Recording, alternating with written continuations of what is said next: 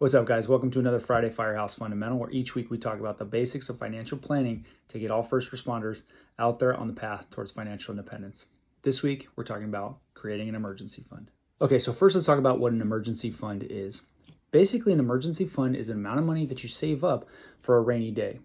Inevitably, things are going to come up in your life where you got to come out of pocket to pay for expenses that you weren't really planning for.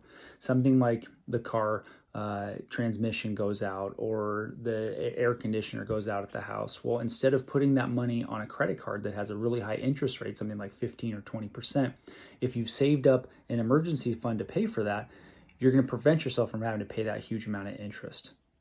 Okay, so next let's talk about how much you should actually be saving in this emergency fund.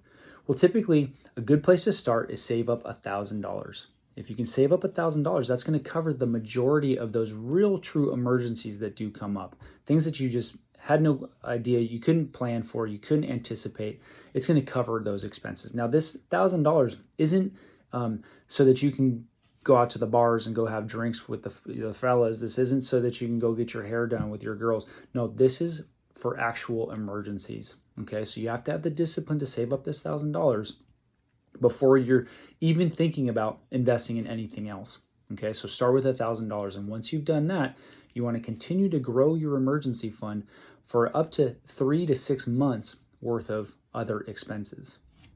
Okay, so it's really important to build up that $1,000 first, then your 3 to 6 months worth of expenses.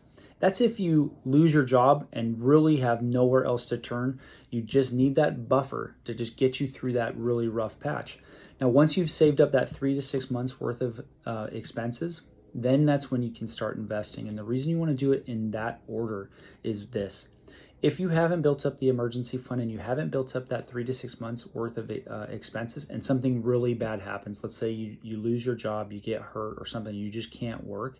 Well, if all your money's tied up in other investments, you're going to have a really hard time just paying the bills. Okay, so that's basically what an emergency fund is.